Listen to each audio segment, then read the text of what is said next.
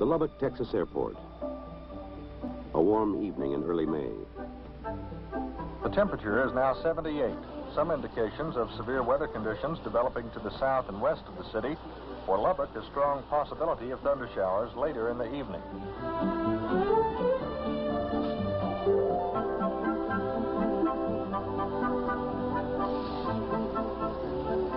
Downtown in the Emergency Operations Center at City Hall, the Civil Defense Director, Bill Payne, is just leaving the office. Well, that doesn't look too bad, does it, Linda? Good night. Night, Mr. Payne. Good evening, City Hall. One moment, please. Going home, Bill? Nope, showing this film at the Optimist Club. I'll be at the Embers. See you later.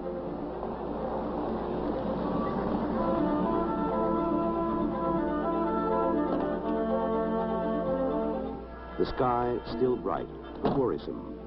Some cumulus building up. So far, Lubbock's been lucky. For years, tornadoes have been hitting all around, but never the city itself. But Texans have learned to take their weather seriously. And tonight, Payne is talking to the Monterey Optimists Club in South Lubbock, explaining the city's new emergency operations plan for dealing with various kinds of disaster, and showing a National Weather Service film called Tornado.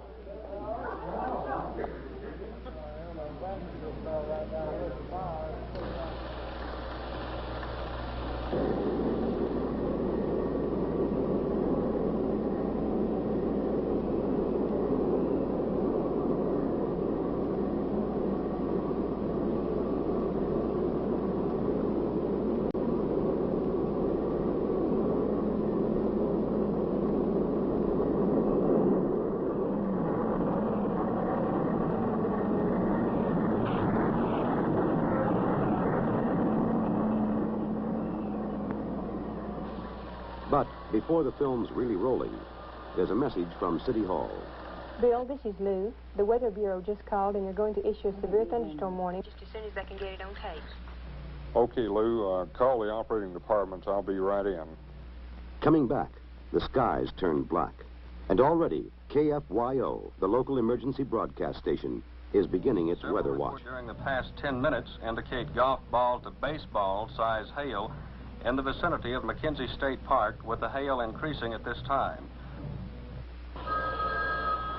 In the Emergency Operating Center. EOC, Payne speaking. Bill, we're all out here. Red bean supper. If things get rough, let us know. Okay, Herschel. Yeah, I'll call you if I need you. On the other side of town, the Lubbock firemen are throwing their annual bash, a red bean and cornbread supper for their friends. The host, Fire Chief Herschel Sharp, and among the guests, Bill Blackwell, the city manager, J.T. Alley, Chief of Police, leading citizens, the press, radio men Bob Nash and Max Mott. Looks like the Weather Bureau may have to issue a tornado warning after a while. Oh, don't sweat it, Max. You get less chance of being hit by a tornado than being trampled by a dinosaur. District 1, Lubbock, I'm at Clovis Road near you. I'm receiving very, very heavy rains and very heavy hail. For Bill Payne, a time for waiting and listening as police reports begin to flow in. Okay, I'm still going east. The rain is still heavy, and I'm getting golf ball size hail. 89 clear. Have you got a unit out around the traffic circle south of town that can give us a report on that large hail? 10-4. 28 level. I'm sitting over on 4th Street, and from here it looks like one big, heavy, dark cloud centered to around 23rd. And every once in a while you can see something like it snakes down and goes back up again. Alan, we have a hook about 7 miles south of the airport. Operator, would you contact Bill Payne, please, and tell him the Weather Bureau is issuing a tornado warning for Lubbock County. Radar indicates a possible tornado 7 miles south of the airport. Mr. Blackwell, things are not looking too good. I think you, Herschel, and Bob Shannon. Okay, Bill, I'll round up the troops and be right there. At the Red Bean Supper, the singing plainsmen have taken over the entertainment.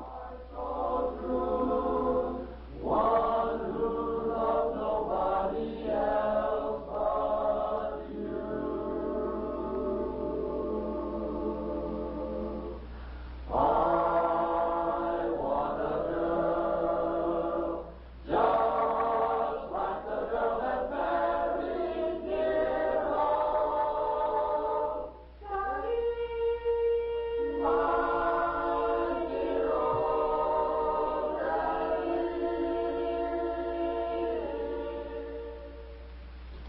In 10 minutes, they're back at the EOC. The city manager, safety director Bob Shannon, all the city's key department heads. 800 operators. The radio room and switchboards are fully manned, according to plan. The emergency center's ready for action. Chief, are your units covered? You're pretty well covered throughout the city. 3 of them. 3. Okay, 1908. These overhead lights. We've got a wire sparking real bad here. Break it down now. Okay, about the power plant, we got a fire. Maybe I don't say how. It's a big fire going. Fire department? Yes, sir. Need some help in the dispatching office.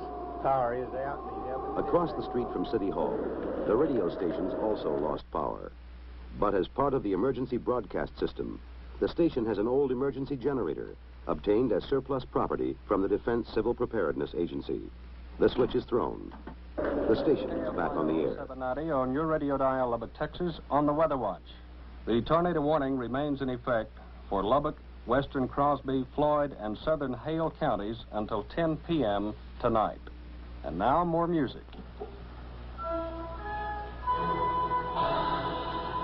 Okay, everybody north. We're getting one steady electricity star. It's just lighting this one up after another, just keeping the whole sky lit up. Ellen, we've got a new hook down here moving toward us. Lubbock DPS, Lubbock Weather Bureau. This is Johnson at the Weather Bureau office. Would you advise the police department in Idlewild to sound the warning sirens for a possible tornado? The Weather Bureau is issuing a tornado warning for the city. Their watch base of the darkest cloud. We've had one report of a funnel. 93 Lubbock. Raining real heavy out of 289. Wind's about 60 miles an hour. Rain is blowing to the southwest. Okay, the cloud southeast just dropped 2 hooks a minute ago, and then they went right back up in the cloud.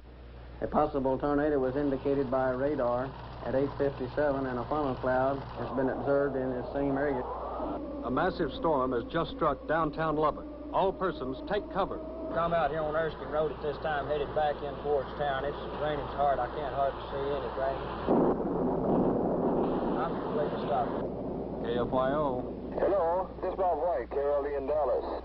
Could you give me something brief for my 10 o'clock? Now, right now, you'll have to hold on. All citizens do not attempt to come into the downtown Lubbock area because hot wires are down. Okay, I'm on this hill looking back toward town. You've got a funnel cloud hanging right over the city limits. Look like it's touching the ground. Can you see anything? Can you clear? Yeah, 1 4 headed 206 Sherman. Twister! Hit the deck! I can hear it coming. You better find yourself a spot. Don't worry, I'm going to get right under the table here.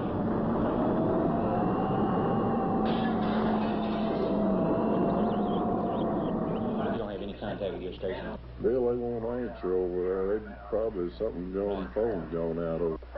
We've been hit. We're over here at the fire station. Chief, Central's been hit. Blow it on. Tornado! Here she comes!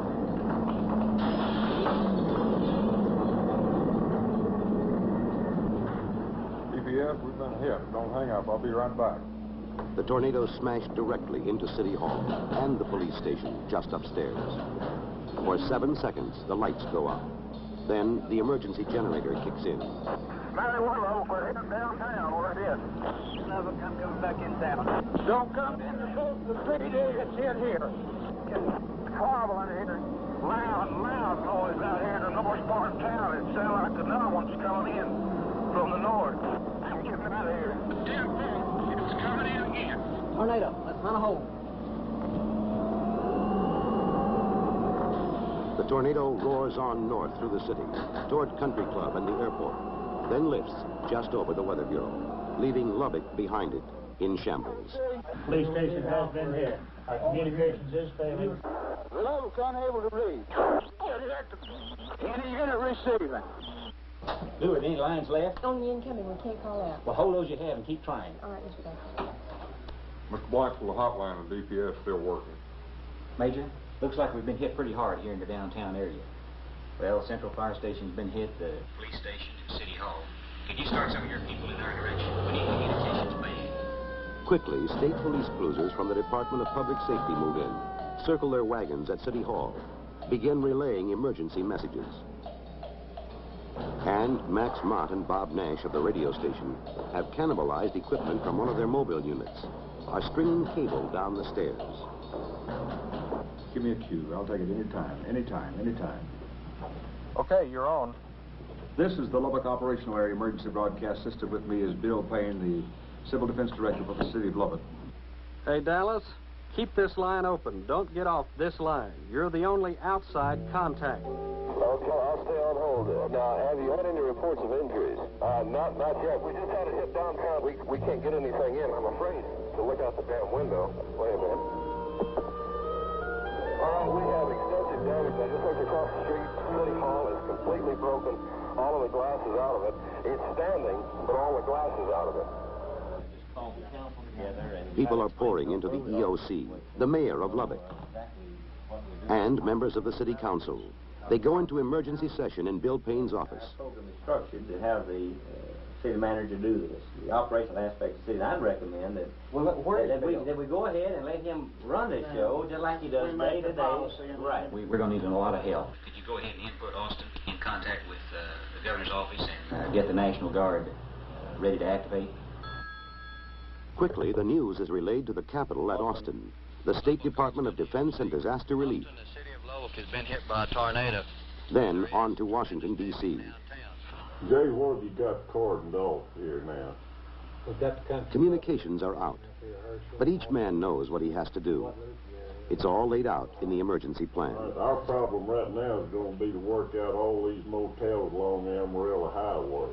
We're going to make these motels one by one and go through the whole thing. If we have to, we'll drain those swimming pools. Okay. We've got 6 4-man teams going to do some rescue, search and rescue. So we'll take this one moving area and also this country club here.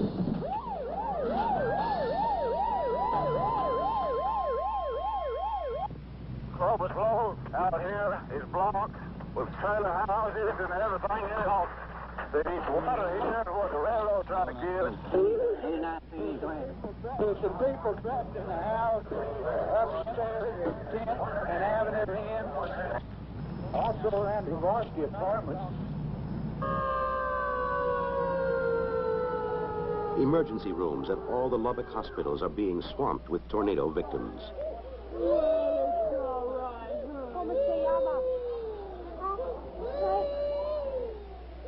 Others are coming into City Hall. And just down the hallway from the EOC, Helen Payne, Bill's wife, has set up a first aid station. Is there anything you need? Not right now. We're doing pretty good. Do you know what area was hit hardest? I know about one area. It's supposed to be the 2900 block of 3rd Street. 3rd Street? That's my street. Okay, can you confirm anything at 206 Sherman? I'm able to get a unit into there 6 times. 89? Okay, they cannot get down to the Central Fire Station. The roof is down on their trucks. The man from the Salvation Army said that our apartment was damaged. Yes, I know, and there's nothing I can do about it now. I'll see you later. The Lubbock Red Cross office has been asked to please contact the Odessa Red Cross on priority. How's the generator, Bill? Well, I'm afraid we're running low on gas. Okay, let's get an Oklahoma credit card. All right. In neighboring Oklahoma, they probably return the compliment by calling it a Texas credit card. But either way, it means chopping off a length of garden hose and using it to siphon gas from the nearest available car to keep the emergency generator running. As you know, Mayor Granberry, just a little while ago, declared a state of emergency for the city of Lubbock. Things are rough here in the downtown area and in other areas struck by the tornado. We don't know at this hour just what the extent of damages and the number of injured and dead are. We have received some reports of dead in the north part of the city. Our search and rescue teams are out at this time, composed primarily of fire and police personnel. There are many other problems that face us at this point. We continue to search out the areas that have been struck by the tornado, and we'll continue to report to you by means of radio through the hours of the night. The darkness still hides many things. No one knows what they'll find at dawn.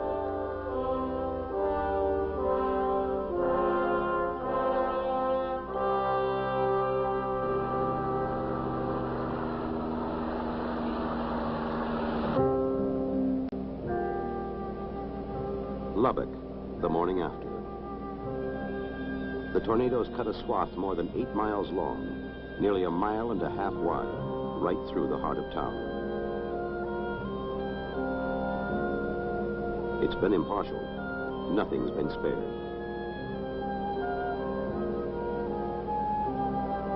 The downtown business district, the industrial areas,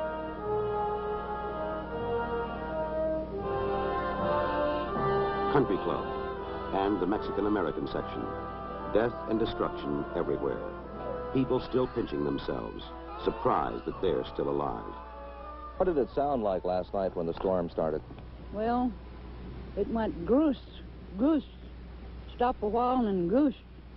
We was in that little storm cellar, and that's just the way it sounded. And the hail seemed like that big on that cellar door. Who was with you? My husband. Have you ever seen anything like this before? Party like this with that thing there once blowed over here. I missed it about that much. This time it got me. And the lights across the street went out twice before we ran. And you got under the bed?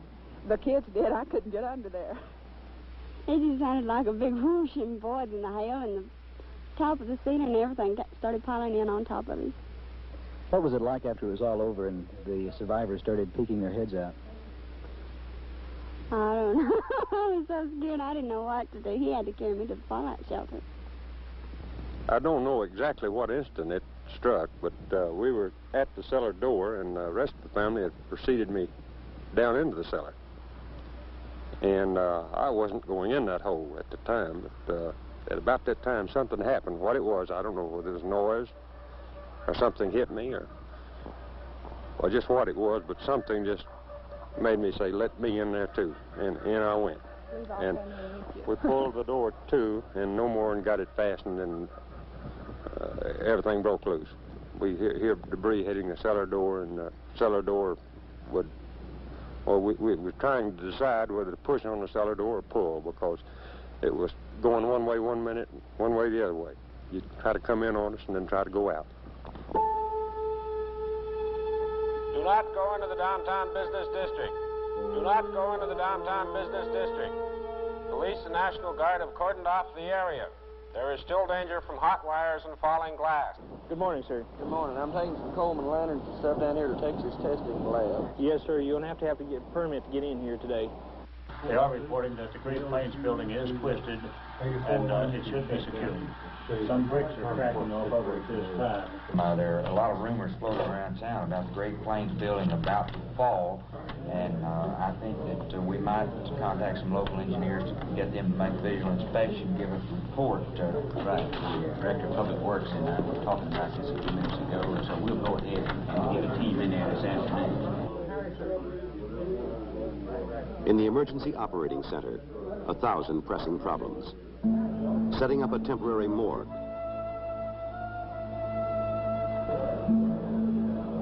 Clearance of emergency routes.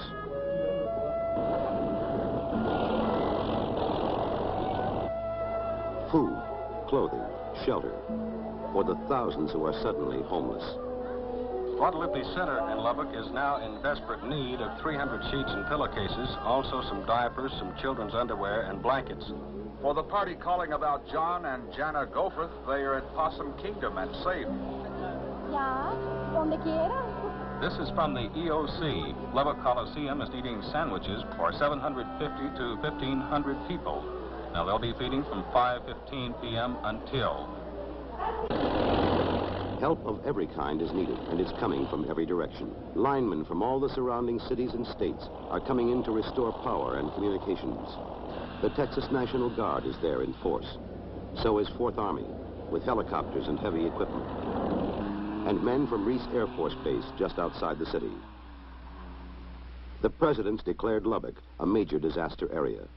And at the airport, a White House plane's arriving, bringing Texas congressional leaders and federal executives to coordinate a massive assistance program.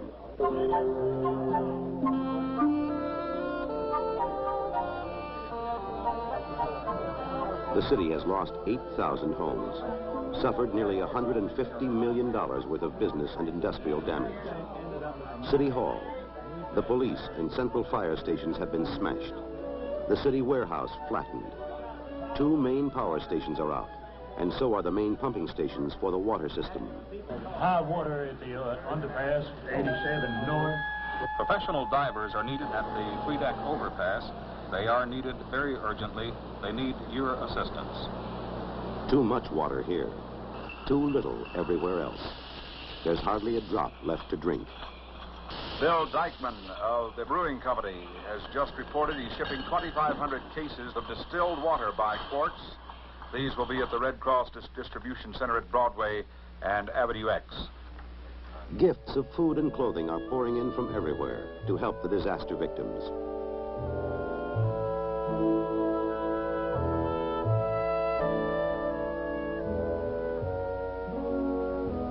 Day after day, the work goes on. People picking up the pieces, and no time to even catch a breath.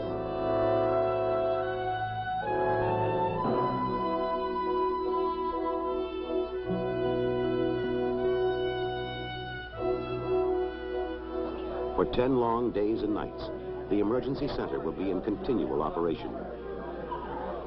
People working around the clock, eating, sleeping at their posts. Many not going home at all until the crisis is over. 10 days. But now the book is closed.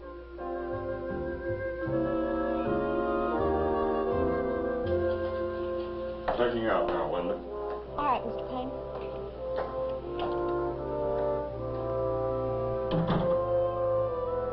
Good afternoon, City Hall. Yes, One moment, please. Going home, Bill? I guess. What's left of it.